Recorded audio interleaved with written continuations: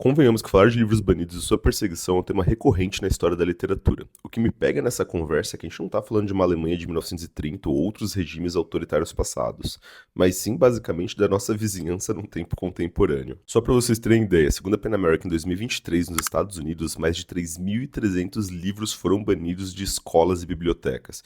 E esse número basicamente quase que triplicou em 2024. E aí para mim que tá o pulo da onça.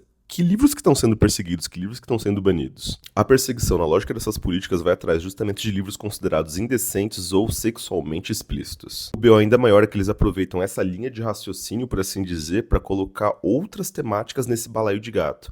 Para vocês terem ideia, livros com temáticas LGBTQIAPN+, temáticas da população negra ou de protagonismo feminino também estão saindo vazados das bibliotecas e das escolas, desconsiderando qualquer valor educacional dessas obras. Bora ser sincero, gente, isso é basicamente para silenciar pautas que os incomodam. E essa perseguição não é só com editoras pequenas não, gente. Imagina que a Penguin, a HarperCollins, a Shuster tiveram que se unir com outras grandes editoras para juntas processarem o estado da Flórida pela lei HB 1069. E o mais bizarro dessa lei, talvez, é que qualquer cidadão, exatamente, qualquer cidadão pode fazer uma denúncia, pode exigir a retirada de algum livro de escolas ou de bibliotecas do estado. E claramente, né, gente, sem qualquer tipo de avaliação pedagógica, é simplesmente a vontade do cidadão. E, consequentemente, isso vira um efeito em cascata, porque as escolas e bibliotecas, já temendo a perseguição dessa população, eles próprios já começam a meio que filtrar essa literatura que eles acham que pode ser perseguida. Então você começa a notar as estantes cada vez mais vazias,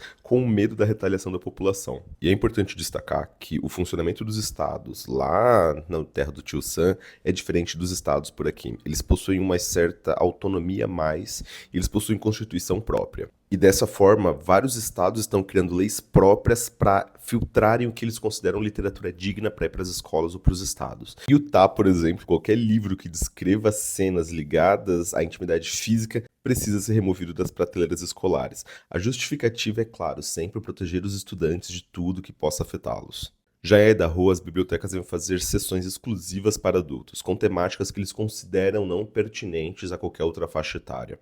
E dentro dessa ótica deles, essa classificação não é simplesmente com cenas sexualmente ativas, mas qualquer coisa entre pessoas do mesmo sexo se relacionando. Na Carolina do Sul, a lei proíbe qualquer comportamento sexual em livros didáticos. E aqui a gente não está falando de uma lei específica para faixas etárias, ou seja, isso vai desde o infantil até o ensino médio por lá, não tem uma definição clara. E no Tennessee, livros com violência extrema ou com cenas consideradas estimulantes do ponto de vista sexual também devem ser removidos das escolas e bibliotecas. E o buraco é fundo, fundo assim, subterrâneo total. O Stephen King teve 23 obras banidas das bibliotecas da Flórida. Isso se estende não apenas à literatura contemporânea, mas isso também vai para os clássicos. Dickens, Margaret Atwood, Hemingway, toda essa galera entrou no mesmo pacote. Até mesmo o Diário de Anne Frank foi considerado perigoso para alguns espaços. Se esse livro está sendo considerado perigoso, o que mais não vai ser? E todo o possível contexto educacional positivo que essas obras poderiam gerar é simplesmente desconsiderado, é simplesmente descartado como se não fosse nada. Como eu estava falando no começo, a perseguição de livros ela não é um fato novo, não é simplesmente algo contemporâneo que aconteceu aqui na esquina e esse é um tema novo para a história da literatura. Só para dar um plano de fundo, na Inquisição Espanhola de 1499, mais de 5.000 manuscritos árabes foram queimados em Granada, no sul do país. E em 1560, documentos maias e astecas foram queimados pelos colonizadores espanhóis já aqui do outro lado do Atlântico. E em 1640, a famosa Bíblia de Lutero e diversas de suas traduções foram queimadas pelos príncipes alemães. E esse barco da perseguição à literatura, ele já existe e vai continuar existindo por Deus sabe lá quanto tempo. Por isso que eu separei algumas obras por aqui pra gente dar uma discutida nisso. O primeiro que eu gostaria de destacar com vocês é justamente Ulisses de James Joyce. E, gente, só dá uma reparada nessa edição. Eu comprei ela no sebo, pra quem é de São Paulo. Tem um sebo muito bom ali no vão da Paulista. Eu paguei, se eu não me engano, R$ 40 por esse livro.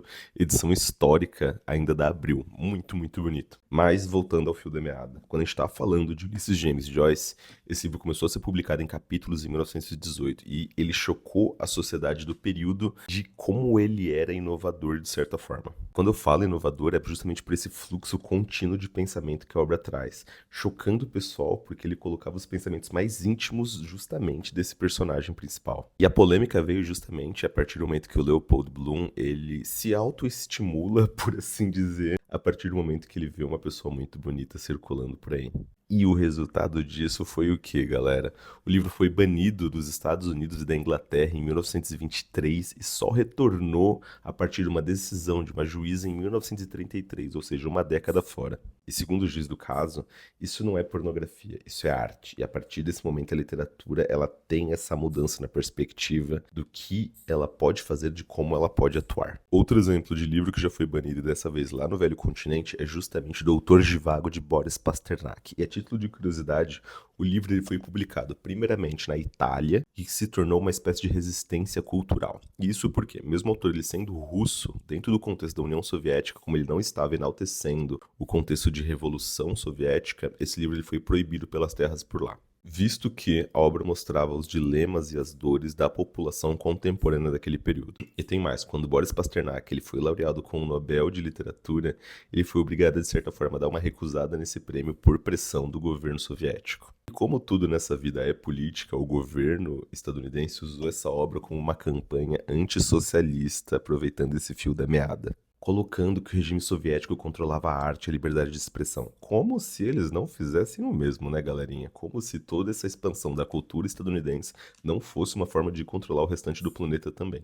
E lá nos States, de 1970, O Olho Mais Azul, de Toni Morrison. Essa obra ela é muito bonita. Ela vai acompanhar a Pecola Breedlove, que ela é uma menina negra, ela sonha ter olhos azuis porque ela acredita que assim ela vai ser mais bonita e mais aceita.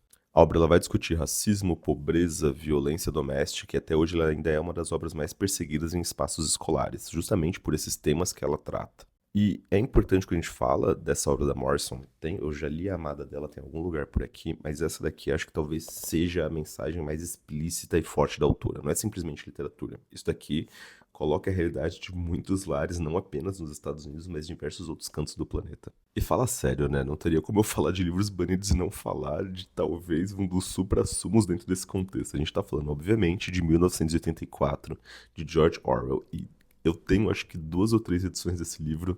Eu gosto muito, e também porque essa edição ela é muito 10. Mas aí, de novo, aquele recorte de consumismo dentro do universo literário, né, gente? Mil perdões.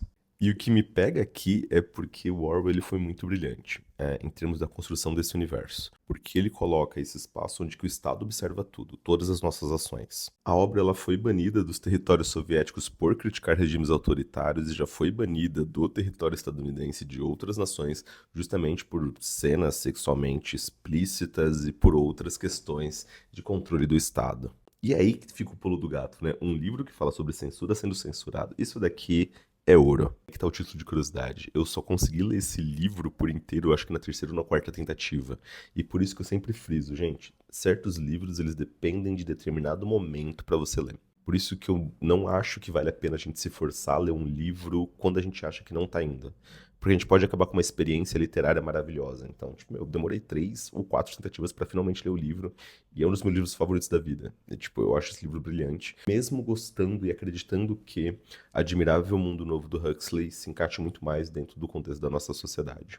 A ideia era justamente mostrar com esses exemplos de livros que essa ideia de banimento de livros ele sempre acompanhou essa história recente da humanidade, não é algo necessariamente novo. E provavelmente esse movimento atual ele não vai ser o último, e é isso que eu acho que é importante da gente pensar e refletir. Quando a gente está falando de banimento de livros, é impossível a gente discutir esse tema e não trazer à tona a Alemanha de 1930 e a queima de livros em praça pública.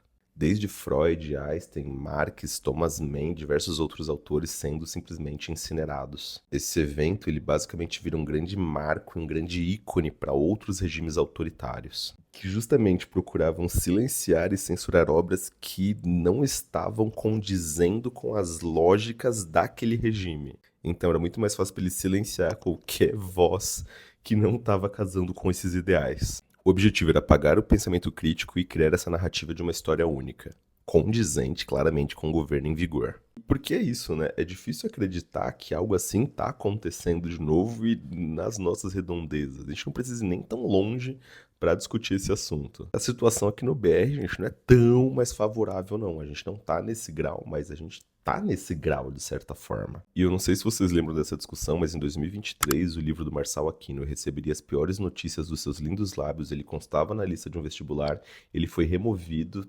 porque deputados começaram a apontar que o livro não condizia com o que era esperado, basicamente sendo considerado com conteúdo impróprio. E, de novo, a gente não está falando de um autor recente, de um autor que começou a escrever agora, de um livro novo. A gente está falando de um livro histórico pra caramba, muito famoso, que recebeu N prêmios aí há mais de 20 anos. Mais uma vez, a justificativa muda, mas a lógica se mantém a mesma. Alguém ou determinados grupos querendo decidir o que a população deve ou não ler, o que a população deve ou não ter acesso. Das queimas em praças públicas da Alemanha de 1930, dos incêndios dos documentos dos povos originários, dos banimentos atuais, seja no Brasil, nos Estados Unidos ou em diversas outras nações, tudo isso tem esse eixo em comum.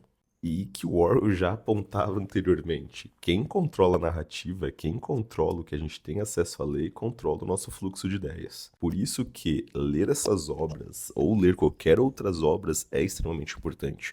E por isso que eu já friso com vocês em outros vídeos passados da importância de a gente fazer uma curadoria do que a gente está lendo. Da gente diversificar o que a gente está lendo. Não simplesmente ler porque está na lista dos mais vendidos, ou porque alguém falou que você tem que ler. Mas por que você está lendo aquilo? Qual que é o intuito dessa leitura? E é por isso que ler livros banidos é tão essencial. Cada obra que foi banida, ela tem um motivo para isso. Ela tem algo a ser dito. E é importante que a gente tenha acesso a esses movimentos. E eu não sei vocês, mas eu sempre me costo de curiosidade horrores para ler essas obras. Falo assim, meu, ok, o que deu tanto medo nesse governo ou nesse regime para que eles queimassem um livro a esse ponto? Tem algumas livrarias que eu já vi na gringa que eles têm essas prateleiras de livros banidos. Livrarias BR, por favor, instituam isso de forma cada vez mais forte por aqui, porque isso é um chamariz gigantesco para o leitor. Para finalizar, gente, é aquele ditado: a história se repete, primeiro como tragédia, depois como farsa.